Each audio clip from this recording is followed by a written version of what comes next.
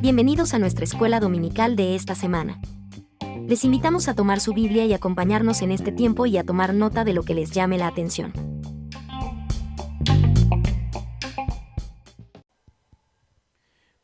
Buenos días, hermanos y hermanas.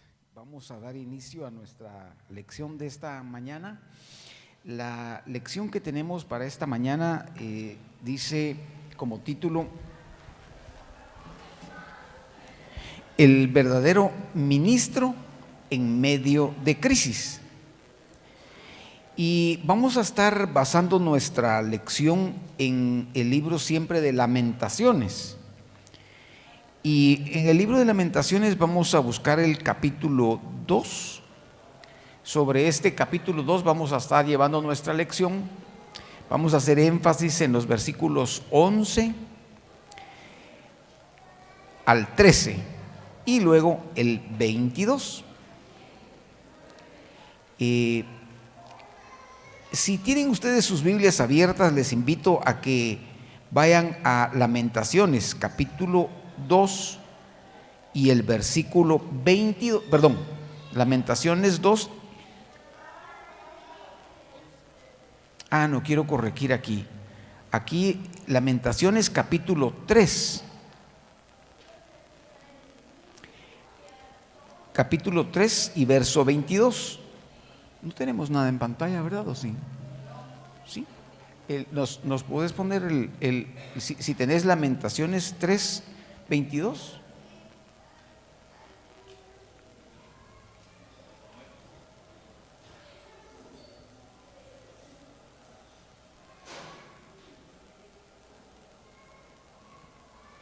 Y este es un pasaje, un verso muy conocido, ¿verdad? ¿Lo recuerdan ustedes? Dice: por la misericordia de Jehová no hemos sido consumidos, porque nunca decayeron sus misericordias. Y en el espacio que tenemos de conversación yo les ponía un canto que nos gustaba cantar mucho antes, que tiene una frase que dice exactamente esto. Y si no mal recuerdo, el canto empieza diciendo: escudriñemos nuestros caminos y volvamos a Jehová, ¿verdad? Y entonces dice esta frase: por la bondad de Jehová no hemos sido consumidos, porque nunca decayeron sus misericordias. Y inténtenlo decir el verso sin leer.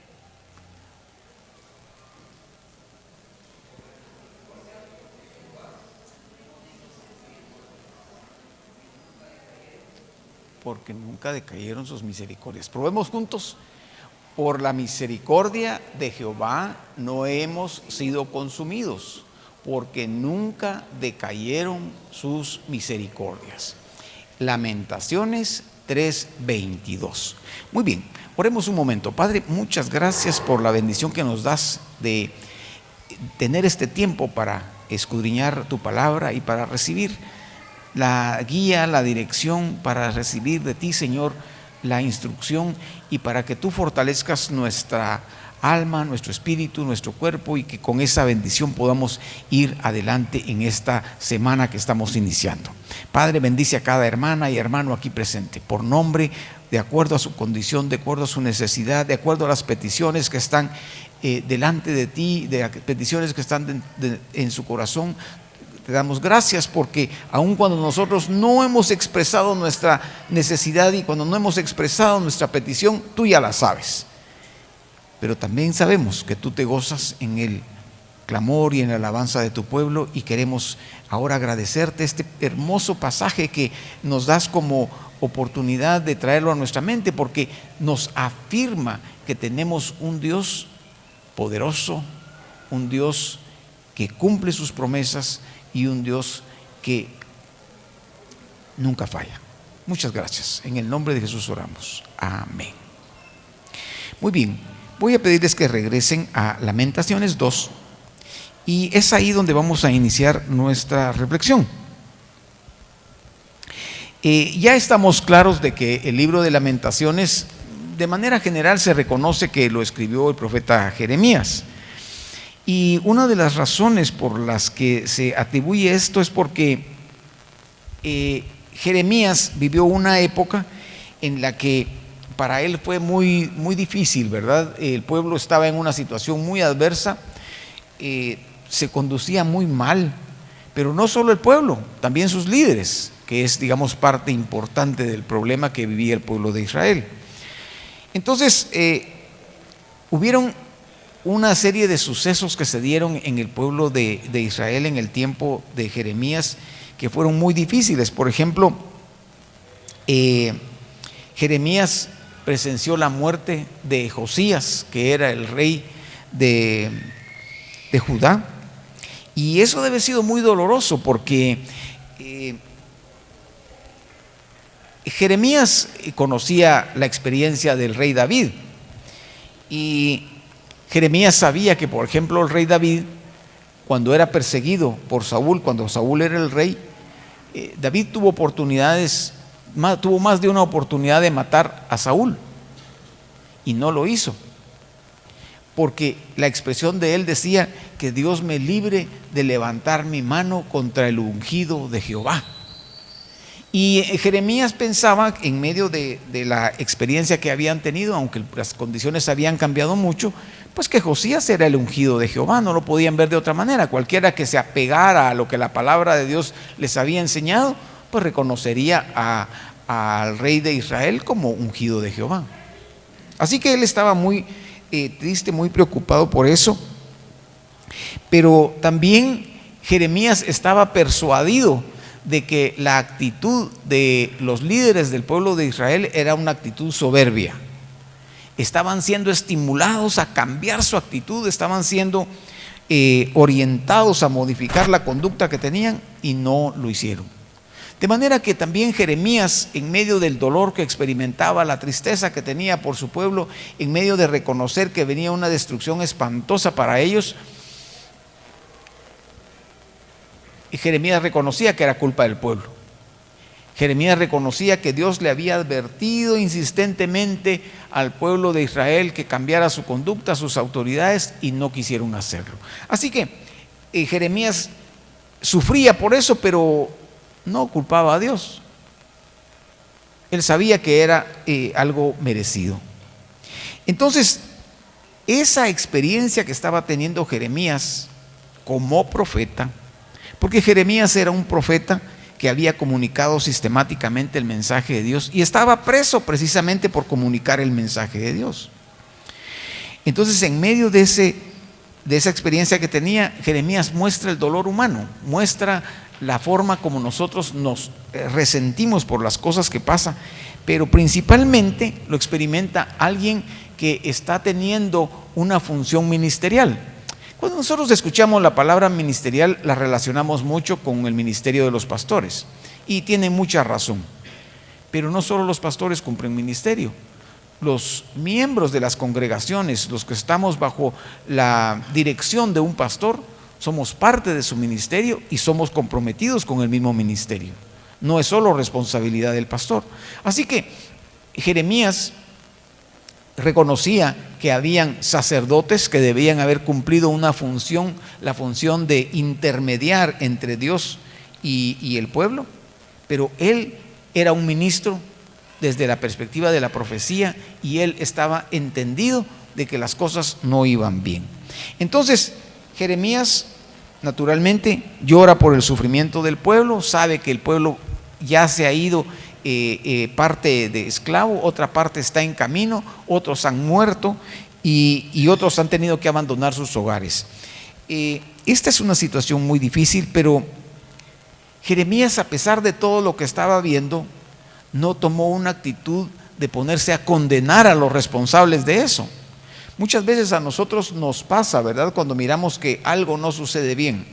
Por ejemplo, que hay muchos hoyos en las calles, entonces dice: las autoridades son responsables, no hacen nada.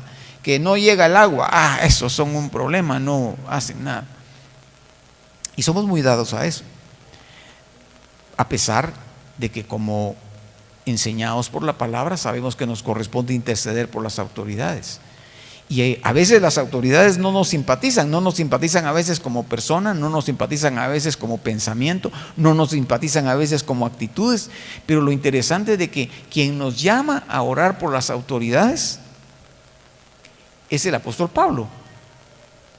Y el apóstol Pablo está viviendo bajo un régimen opresivo, está viviendo casi que en esclavitud, y él es el que nos llama a orar por las autoridades.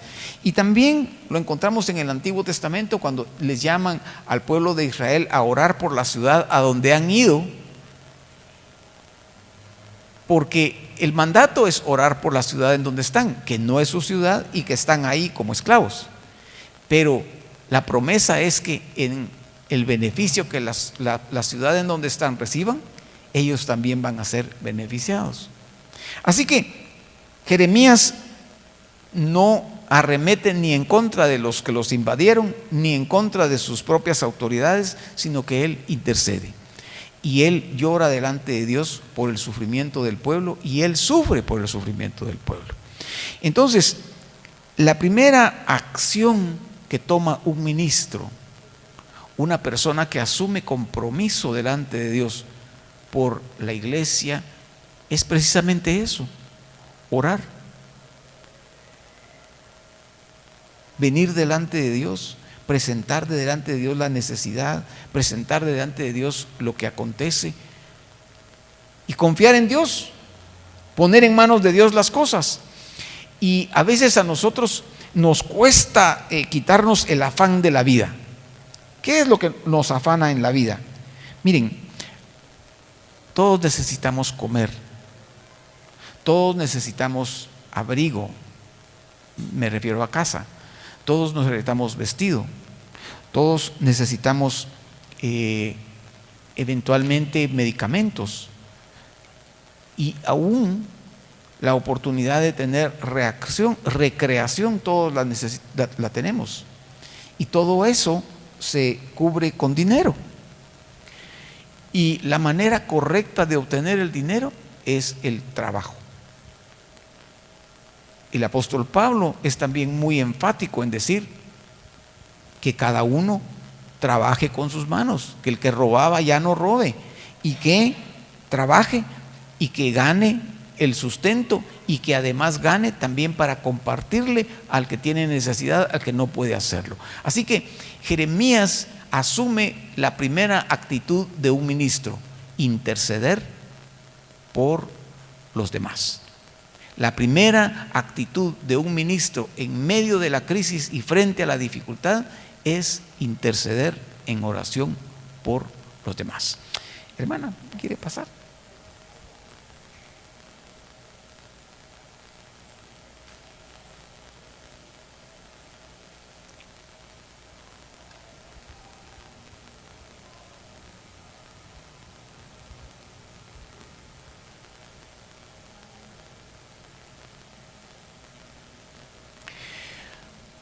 La segunda acción, o digamos, dentro de esa primera acción de interceder, el ministro también se identifica con el dolor. Hoy hablábamos en el mensaje al inicio de esa palabra empatía. Y empatía es esa actitud que yo asumo en la que, entendiendo el dolor, el sufrimiento o la alegría de otra persona, me pongo en su lugar. Y entiendo a la otra persona por la experiencia de ella misma. Por ejemplo, yo siempre he dicho que yo tuve una infancia muy feliz, a diferencia de muchas otras personas que conozco que no tuvieron una infancia feliz. Yo tuve una infancia muy feliz, muy feliz.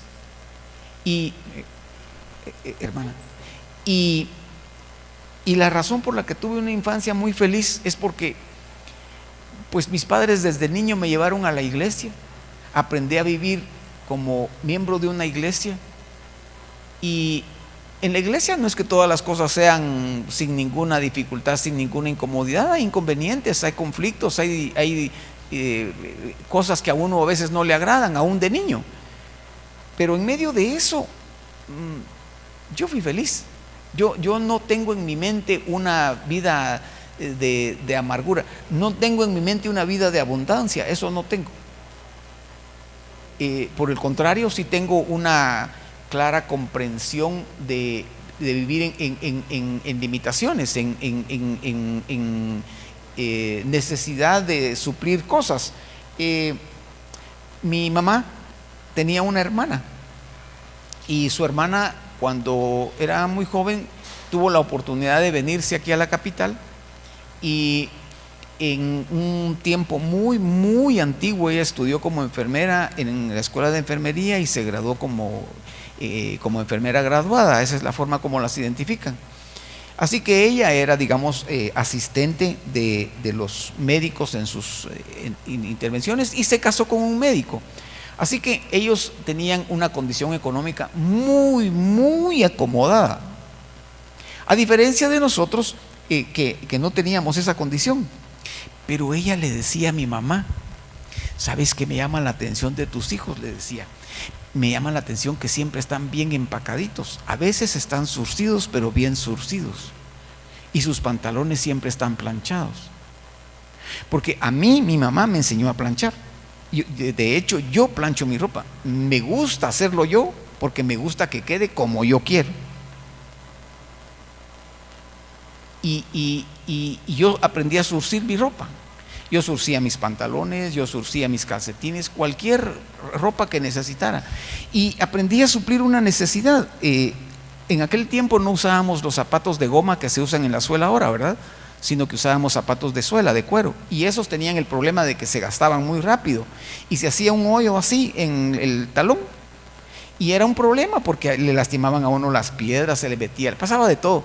Pero en aquel tiempo, cuando yo era niño, y les estoy hablando de una infancia de 8 o 9 años, era muy común que dieran almanaques en las tiendas.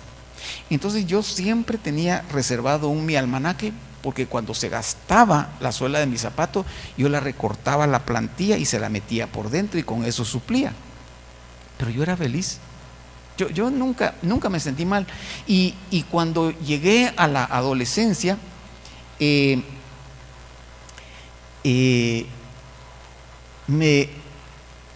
beneficié de eso, pero no me di cuenta. Simplemente viví de manera natural. Lo comprendí muchos años después, y se las narro.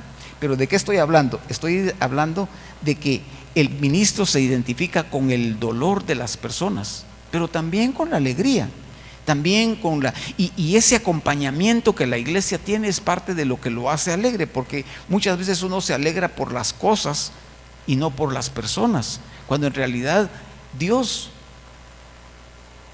no se alegró por los árboles que puso en el huerto solamente. Sí le gustaba, y lo puso ahí porque se iba a ver bonito. Él sabía que se iba a ver bonito, que iba a ser agradable la sombra de un árbol, pero la hizo para el hombre, no la hizo para él. Él lo hizo para que el hombre lo disfrutara. De manera que lo que les iba a narrar es que a mí me pasó algo interesantísimo. Cuando yo entré a la escuela politécnica, ahí pasa uno una serie de vicisitudes incómodas. Pero ¿saben qué? De pronto yo tenía que hacer algo que yo no quería hacer, porque nunca lo había hecho en mi vida, pero tenía una razón para no hacerlo. Y la razón que tenía para no hacerlo es que yo era evangélico. Y cuando me dijeron: haga tal cosa, y yo dije: no, yo no hago eso. ¿Y por qué? Porque yo soy evangélico. Va, está bueno, entonces haga otra cosa. ¿Y saben qué? Todo el resto de mi vida siempre me reconocieron evangélico, y siempre se cuidaron de no ponerme a hacer algo que por mi condición de evangélico no debía hacer. Lo que para todos otros fue un martirio, para mí fue una comodidad. Yo tenía problema. Cuando nos graduamos, que se hizo la bendición de anillos, ahí todos participan en todo. Así tiene que ser. Por decirles un ejemplo, alguien no tiene hambre porque no quiere comer, eso no importa, fórmese y se va a recibir su comida. Recibe su comida y se sienta con todo lo demás, y no se la va a comer, no porque no tiene hambre, pues usted se lo come, porque este es el horario en el que usted come, así que coma. El hambre es otra cosa, no tiene nada que ver, es cumplir lo que tiene que hacer. Ah, va, está bien, entonces la come. Pero cuando llegó el tiempo que nos graduamos, yo no fui a la bendición de anillos que le llamaban. A mí el anillo me lo pusieron en la iglesia y no tuve incomodidad por eso. Nunca nadie me cuestionó. Y tenía un compañero, lo aprecio mucho todavía, porque cuando ya nos habíamos graduado y estábamos en ambientes incómodos y adversos, él siempre decía: no, aquel no, vos no, andate, vos no sos de aquí, andate. Y todavía estoy hablando de mi adolescencia y de mi juventud, también fui feliz. Y todo respondió a eso. Respondió a que yo aprendí a valorar las cosas, pero a disfrutar más la relación de las personas. Y en la iglesia éramos felices, no teníamos grandes cosas. Yo miro, hoy estaba sentado en la silla en la que estaba, miraba yo todo el entorno, decía: qué bonito está el templo, qué bonito. Y la razón por la que vino a mi mente, les voy a compartir esto porque es un motivo de oración. Escuché en la semana una historia muy triste. El superintendente de distrito en una de las sesiones nos narró una experiencia de un pastor. Él no sé si él vive ahí, pero lo cierto del caso es que está en un lugar que se llama San Antonio Nejapa, en Chimaltenango, y ahí abrieron una misión, y los hermanos consiguieron algunos fondos y compraron un poco de lámina, compraron unos horcones y empezaron a levantar una galera para cubrirse del sol y reunirse ahí y empezar así. En el camino, el pastor, el encargado de la misión, le dijo al superintendente: fíjese que un clavo me lastimó el pie. Entonces el superintendente le dijo: mire, vaya a la farmacia, que le den un medicamento para eso. Y lo hizo. Y pasaron los días y aparentemente iba todo bien, pero de repente les dijo: voy a preguntar cómo va el hermano. Lo llamó: mira qué mal, mi pie sigue malo. No, para no ser larga la historia, su pie entró en gangrena y le tuvieron que amputar el pie. Y yo hoy que estaba sentado ahí, pensaba: ese hermano con qué entusiasmo trabajaba en construir la galera. No iba a tener una catedral, no iba a tener algo que quienes pasaran admirando y diciendo cómo los bendice Dios. Solo estaba tratando de lograr el mínimo necesario. Y yo me preguntaba: ¿será que nosotros valoramos lo que tenemos? ¿Será que nos sentamos en estas sillas y las cuidamos y las valoramos sabiendo que otros no tienen ni sillas donde sentarse? A veces tenemos razones para ser felices y somos amargados. Y a veces personas que no tienen razones, diría uno, de ser felices, son felices. El ministro se identifica con el dolor de las personas. Y por eso era que intercedía Jeremías, porque él veía la necesidad. En este punto hago un alto. ¿A alguien le gustaría hacer algún comentario, alguna pregunta, si es que la hay, o compartir una experiencia? Giovanni, compartinos eso que estás pensando. Gracias, hermano.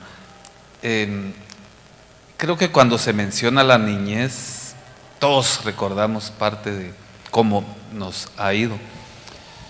Y yo a veces puedo mencionar alguna cosa difícil y de tristeza, se puede decir, de mucha tristeza, pero creo que Dios lo llena todo. Amén. Febrero pasó recientemente. Yo no me di cuenta. Yo tenía 7 años en ese tiempo, pero el 4 de febrero, en esa madrugada, me da tristeza por lo que les decía, la parte triste. Mi viejito, mi papá, al final, o sea, Dios siempre me enseñó a amarlo, pero él sí se equivocó grandemente, ¿va? Él vivía a escasos, yo digo, no he contado los metros, pero de mi casa, tal vez como a unos 110 metros con otra familia. Solo cruzaba un pedacito y ahí estaba. Pero de niño eso era distante, ¿va? No, ¿se recuerdan de esa dimensión? No es tan fácil determinar que es bien cerquita, pero o sea, yo lo miraba como a 2 cuadras, pero recuerdo la gran bendición, y eso cómo llena. En el momento del terremoto, mi mamá nos jaló. Y ahora recuerdo, pues, o sea, ya al observar la situación me doy cuenta que no estaba mi papá. Y lo precioso que hizo fue que nos jaló. Estábamos los 4 hermanos, mi mamá, y se puso a orar, clamando al Señor. Y yo escuchaba los ruidos, las caídas de adobes y todo eso. Y luego al salir era una casa familiar de 10 por 20, vivían 4 hermanos, mi papá era el menor de ellos. Y mi tío, el hermano de él, era pintor. Y tenía un montón de escaleras en el corredor. Y con el temblor esas escaleras cayeron y nadie podía salir. Y al final la puerta de la calle era un portoncito de madera con trancas y más las escaleras por dentro, no se podía salir. Entonces quien llegó a abrir fue mi papá, del lado de afuera. La casa no se cayó, sí, en el espacio de nuestro cuarto sí se cayó, y Dios me guardó, porque una pared quedó sostenida solo entre varias cosas, un adobe, casi a la dimensión de donde yo dormía, por un alambrito de los que usaban, ¿verdad? Y el resto se había ido para el otro lado. Pero él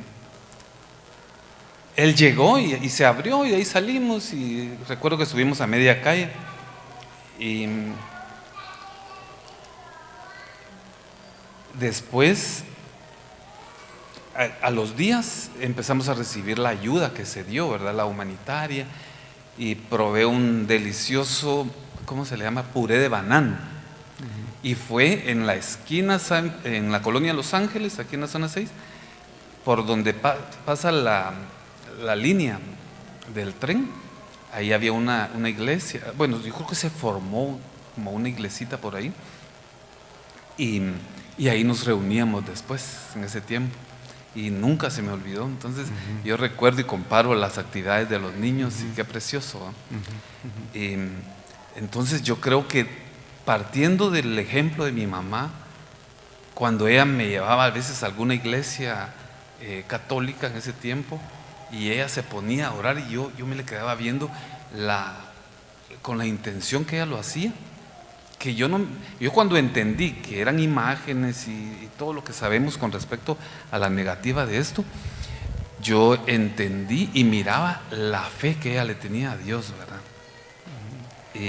Y nunca se me olvidará el momento de la crisis, cuando ella oraba al Señor en la plena crisis ahí podíamos haber quedado muertos, pero ella oró, ella eligió orar. Y eso, en medio de muchas situaciones, también me pasó lo de los zapatos. Lo de los zapatos. Mi amigo me decía que yo usaba medias convertibles, porque usaba un calcetín y la media del sitio para jugar fútbol. Pero sí, Dios da la alegría. Amén. Bueno, hermanos, tengamos entonces en mente cómo el ministro y nosotros en nuestra función como colaboradores en el ministerio debemos de tener esa consideración. El segundo aspecto que un ministro en medio de la crisis hace, y que lo tomamos de la experiencia del profeta Jeremías, es que él pronuncia la palabra de Dios al pueblo. Creo que todos hemos experimentado en algún momento esa experiencia tan maravillosa de poder traer a nuestra mente una promesa bíblica, una verdad de Dios que nos asiste y que nos hace experimentar que la fe que tenemos en Dios vale la pena.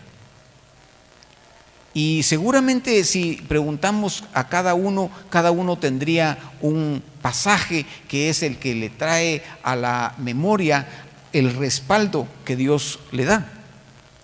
Pero si usted tuviera que asistir a alguien más en medio de la crisis, ¿con qué pasaje de la palabra de Dios lo asistiría? Porque en el caso de Jeremías lo que hacía era recordarles las grandezas que Dios había hecho con ellos, y leemos en la palabra de Dios que se reconocía en el pueblo de Israel que Dios los había sacado de la esclavitud con mano fuerte y con brazo extendido, y había abierto el mar rojo, y ellos recordaban eso, y en medio de la crisis en la que estaban no podían perder de vista ese tipo de experiencia. Pero cuando usted ve a una persona en medio de la crisis, ¿con qué palabra bíblica la fortalece? Hermano Carlitos, ¿usted qué palabra nos mencionaría como una que le haya sido de beneficio para asistir a una persona en medio de dificultad? Creo, hermano, que tal vez me enfocaría en el salmista David, cuando dice: clamé a Jehová y Él me escuchó.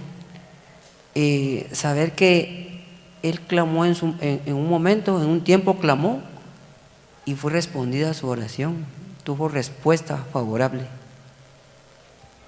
Gracias, hermano. ¿Y creen que el pasaje que memorizamos hoy nos ayudaría en eso? ¿Quién nos recuerda cuál fue el pasaje para memorizar? Lamentaciones 3:22.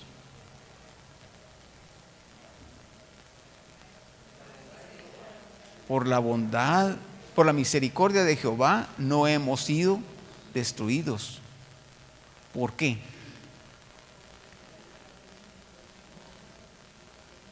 Porque no faltaron sus misericordias, porque son nuevas cada mañana. Hermanos y hermanas, ¿será que ese pasaje nos puede ayudar para compartirle a otra persona de la palabra de Dios en medio de la crisis? ¿Sí? ¿Qué dirías, Ernesto?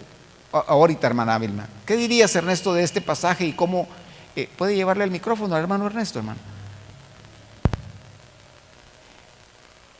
¿Cómo crees que este pasaje de Lamentaciones 3:22 puede sernos útil para asistir a una persona en medio de la crisis? En primer lugar pido disculpas. Solo leí el texto, pero saber que Dios tiene misericordia de nosotros y uno quiere dar ese mensaje, no sé. A veces como que me cuesta, en mi caso sí, ¿para qué voy a mentir? Me cuesta decir, mira este versículo, y no es que yo no haya pasado problemas grandes, yo sí he pasado, y lo único que me fortalece a mí es decir, he escuchado la frase y no se sea muy mascada: Dios tiene el control. Dios tiene el control, pero sí me ha costado, ¿no? Yo le mentiría qué versículo he utilizado y no sé. Eso sería. Ya. Hermana Vilma.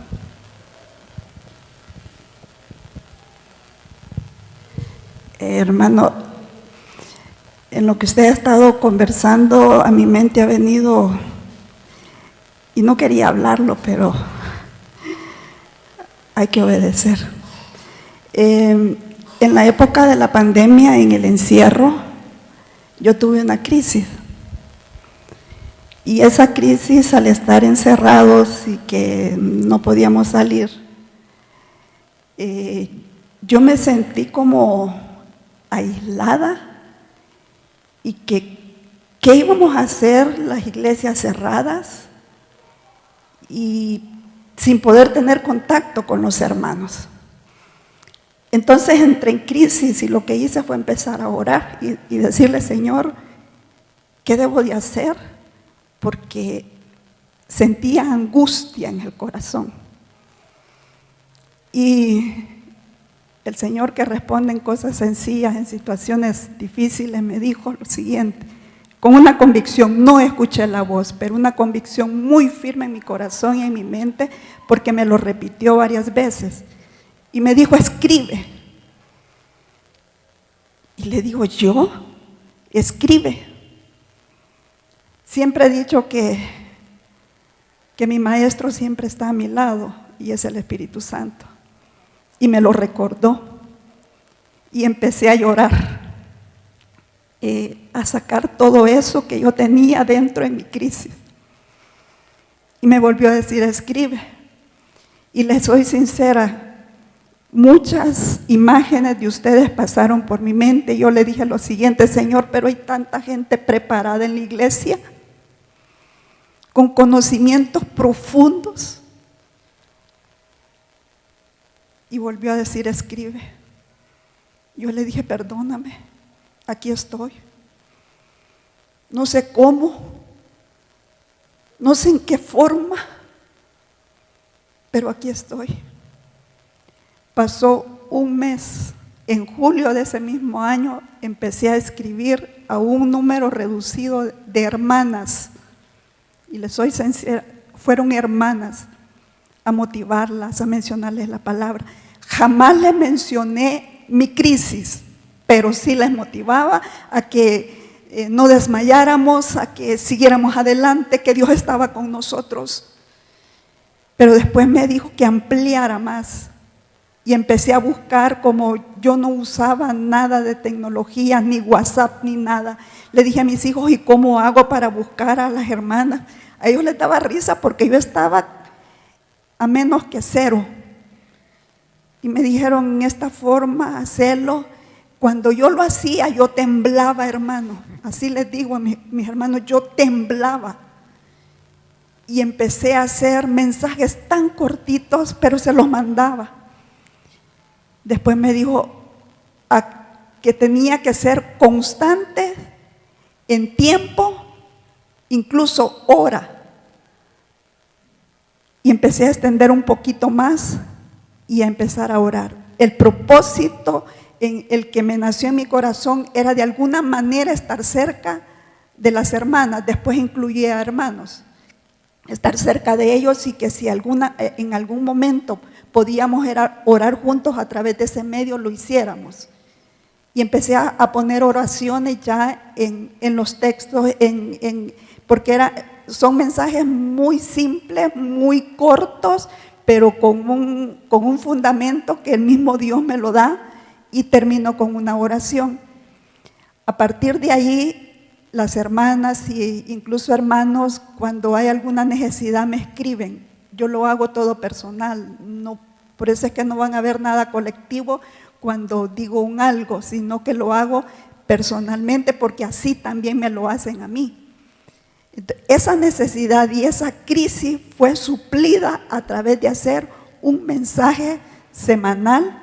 En los días miércoles lo mando entre 9 y 9:15 de la mañana, casi siempre. A veces un poquito antes o un poquito después, cuando a veces estoy fuera de la capital o he estado en El Salvador. No lo he dejado de hacer ni un miércoles a partir del 2020 hasta la fecha.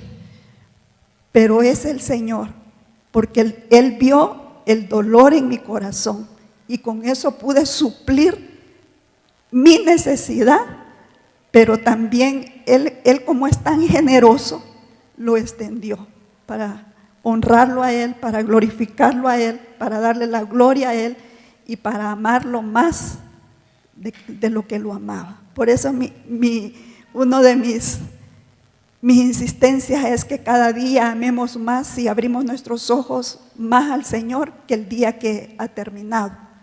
Porque el amor hacia Dios debe ir en aumento, nunca disminuir, porque vamos hacia su presencia y verlo cara a cara tal cual es. Gracias, hermano. Amén, amén.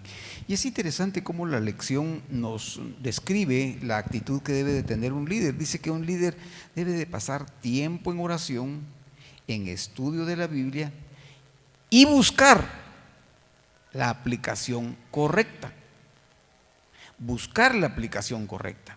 Entonces, ¿qué es lo que da como resultado el hecho de que nosotros oremos, estudiemos la palabra y busquemos la aplicación correcta. Bueno, eso nos va a ayudar en la siguiente actitud que tiene el líder, y era lo que la hermana Vilma nos estaba diciendo. Curiosamente la lección lo dice casi con las palabras de la hermana. Dice: por esta razón el ministro líder necesita desarrollar en las personas convicciones que les guíen a tomar decisiones que honren a Dios. No deje de seguir provocando esas convicciones en las personas que la leen para que puedan tomar buenas decisiones que honren a Dios. El siguiente contenido que se observa de Jeremías es que el ministro, cuando comunica la forma como debe de ser esa aplicación de la palabra de Dios, es que debe de hacerlo sin ambigüedades.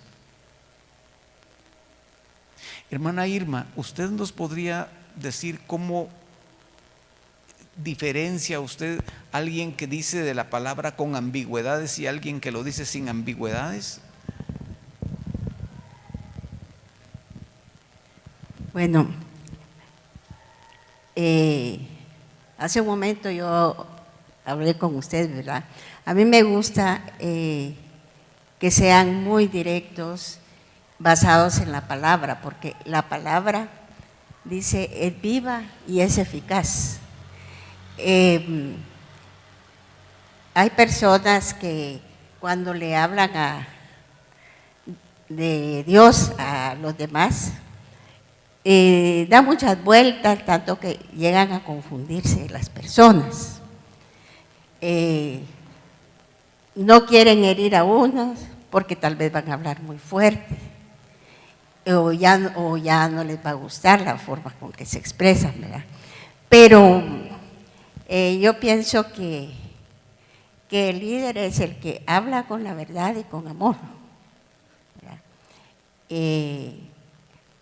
Escuchaba yo a hermana Vilma, para mí fue de mucha bendición en el tiempo de la pandemia, porque ella con sus mensajes me dio mucha paz, porque yo pasé hospitalizada 10 días, muy, muy grave. Luego mis hijos y luego una mi nietecita que tiene asma. Dios hizo el milagro en ella, y el apoyo de hermana Vilma en oración, y que yo sabía que alguien estaba por mí orando, fue lo que a mí me levantó, ¿verdad? Y bendito sea Dios, pues la niña está bien. Entonces, son las cosas que uno debe ver directamente, no solo en los líderes, sino que en el hermano que lo va a apoyar a uno con la verdad. Para mí eso es la diferencia entre algo ambiguo y algo que se pueda decir directamente. Gracias. Y es que la experiencia que el profeta Jeremías nos comenta es que en el tiempo que él estaba viviendo habían personas que construían profecías que decían algo que no es cierto. Decían que Dios los iba a salvar cuando Dios estaba diciendo: no, ya no los estoy oyendo, con ustedes ya ni hablo. Y él decía: pero Él nos va a salvar porque Él es fuerte. Y como dice la hermana Irma, tratando de quedar bien, pero la palabra de Dios es tal cual es.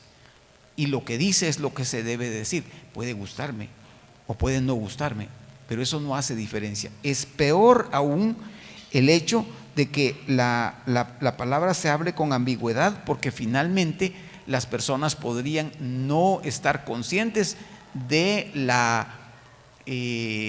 del riesgo que están corriendo, del peligro frente al cual están, ¿verdad? Entonces, la tercera característica ya la dijo la hermana Irma, que no solo se debe de hablar la palabra de Dios para que genere convicciones en las personas, debe hacerse sin ambigüedades, de tal manera que si hay que señalar el pecado, debe señalarlo, pero debe de hacerse con esperanza. La característica que tiene la palabra de Dios es precisamente eso, que siempre sus promesas tienen un mandamiento, Y el incumplimiento del mandamiento anula la promesa, pero el tercer componente es la esperanza. Hay oportunidad de restaurar nuestra vida. El propósito del Señor Jesús de venir a la tierra era precisamente eso, era el de traer esperanza. Hay oportunidad, puedo cambiar, puedo encauzar mi camino mientras estoy en vida. La primera manifestación de Dios para nosotros cuando tenemos vida es que nos está dando aún la oportunidad de hacer lo que tenemos que hacer, de dejar de hacer lo que no tenemos que hacer, y lo que tenemos que hacer, hacerlo bien. Y el tercer aspecto entonces al que haríamos referencia es la aplicación. Bueno, en este ejercicio hemos venido comunicando ya cómo esta actividad del ministro se debe de dar en la medida en la que va nuestro caminar en la vida. Es decir, frente a una situación de crisis en las que nosotros con mucha frecuencia nos vamos a ver, es decir, nosotros siempre vamos a estar frente a la posibilidad de experimentar nosotros una crisis o que la experimente alguien cercano a nosotros. Entonces, tener presente, primero, interceder en oración. Segundo, identificarse con la persona y su necesidad para comprenderla. Tercero, recurrir a la palabra de Dios para que ella sea la que guíe el camino a seguir y aceptarla tal cual es. Y luego, expresar siempre el amor de Dios y la esperanza que Él ofrece de salvación. Muy bien. Quisiera preguntar si a alguien más le gustaría compartir algo, o si alguien nos quisiera decir cuál es el pasaje con el que recibe fortaleza en medio de la crisis. A mí me gustaría opinar. Por favor, hermana, gracias. Tal vez no lo voy a explicar bien, pero para mí la pandemia fue de gran bendición, porque realmente la pandemia vino a ver realmente quién eran sus hijos. Porque a la hora de la pandemia, mucha gente, yo en serio, se alejaron de Dios. Mientras que cuando fue tiempo de pandemia, yo le dije a mi familia, este es el colador realmente, quiénes estamos con Dios y quiénes no, porque hay mucha gente que culpaba a Dios, pero ¿por qué permite esto? La gente hasta los tiraban en la ventana, fue triste. En los Estados Unidos se vio que la gente no quería saber más de los que ya estaban muertos y los tiraban para no contaminarse. Y yo le decía a mi familia, yo lloré mucho. Y entonces le dije, bueno, es tiempo que nos consagremos al Señor, porque esto es la venida del Señor, porque peores cosas vamos a ver. Hermano, nos consagramos a Dios todos en familia, no salíamos, pero no sentimos aburrido ese tiempo, porque gracias a Dios hubo muchas prédicas en YouTube. Y mira, hermano, yo llamé a muchos hermanos, ¿cómo está, hermana? Algunos me respondían mal, es la verdad. Bien, yo bien, ay, muy bien, y mire cómo se encuentra, bien. Pero yo me preocupé en llamar. La verdad es que yo no tenía ni celular, hermanos, porque para mí eso era importante. Pero el Señor en su gran misericordia, dije yo, no, a mí me va a servir un celular para escuchar mis prédicas, porque a mí me cansaba mucho el televisor, me sentía muy mal. Entonces me dio la oportunidad el Señor de comprar una tablet. Entonces dije yo, ahí, estos son solo para mis prédicas, y así lo he hecho. Yo tonterías no pongo en ese aparatito, porque yo en aquel tiempo, cuando más lo necesité, yo dije, esto es para Dios, no me voy a poner a publicar tonterías. La verdad, a mí me da mucha tristeza, hermano, cuando las personas predican tonterías y les dan like, y yo digo, Señor, esto va en tu nombre, ni una manita le ponen. Ay, Señor, le digo, pero si lo leyó, suficiente, porque lo que soy yo me estoy gozando en tu palabra. Y así lo he hecho, hermano. Mire, y yo le he buscado al Señor, yo le he orado, yo le digo, Señor, tú me conoces que soy una analfabeta en tu estudio, en tu palabra, pero tú me vas a preparar, porque tú me hiciste y tú me mandaste con esa familia, le digo yo, y tú me vas a preparar. El día que yo tenga que ir a hablar de tu palabra, tú me las vas a poner en la boca. Mira, hermano, yo pongo mi Biblia en la cama, tengo mi escritorio cerca de la cama, tengo mi escritorio, solo cosas de la Biblia, y me pongo en la mañana. Quiero memorizar eso, no se me queda. Yo digo, no se me queda, Padre, ¿por qué no se me queda? Y otras personas se le queda la palabra de Dios, pero ayúdame. Pero yo lo sigo haciendo y lo sigo haciendo. Pero a la hora de que yo oro, tu palabra dice, Señor, pero ¿cómo está eso? Si yo quiero hablar de tu palabra, ¿y por qué no se me viene a la mente? Pero cuando yo oro, se me viene. Bueno, entonces no está de por gusto, digo yo, estudiar la palabra de Dios. Entonces, mucha gente en ese tiempo se alejó. En lugar de buscarlo más, se alejó. Y cuando dijo un pastor, porque yo escuchaba muchas prédicas, yo le di like a todos los del Nazareno y me llené de prédicas. Dijo un hermano, yo creo que ahorita que regresemos a la iglesia presencial, va a estar eso lleno, hermanos. Pero no, la gente se alejó. Al Señor sea la gloria y la honra, porque esto es para largo, hermano. Entonces, la verdad sí que a Él sea la gloria y la honra. Amén. Pero gracias a Dios por cada uno de los testimonios, por cada una de las participaciones. ¿A quién le gustaría cerrar con una oración este tiempo?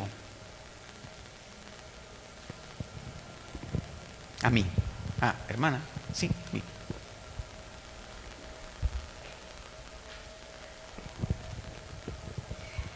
Amante Dios, Señor, te damos gracias porque esta mañana tú nos has hablado, Señor. Gracias, Señor, por todas los mensajes, las experiencias que los hermanos han exteriorizado.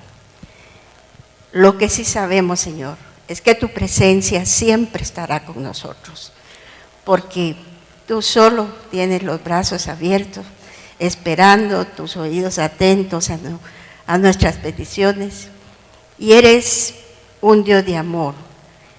Es cierto que tu palabra dice que también eres un Dios que consume, pero eso no es para nosotros, Señor. Gracias, Señor, porque en medio de todas las dificultades, en medio de todo lo que el mundo pasa, nosotros estamos en pie, agradecidos, amándote, alabándote, adorando tu nombre, Señor. Y sabemos que tu mano jamás se apartará de nosotros. Bendice a mis hermanos, Señor, a cada uno por nombre. Y gracias, Señor, gracias por tu palabra, por el siervo que llevó tu palabra y por los hermanos que participaron. Bendito y alabado sea tu nombre. Llévanos con bien a nuestros hogares y bendice, Señor, que quede grabada todo esto en nuestro corazón. Te lo pedimos en el nombre de Jesús. Amén. Amén. Que Dios les bendiga, mis hermanos. Feliz semana.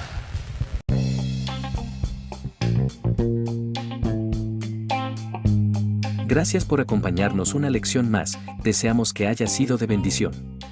Les esperamos la próxima semana. Dios les bendiga.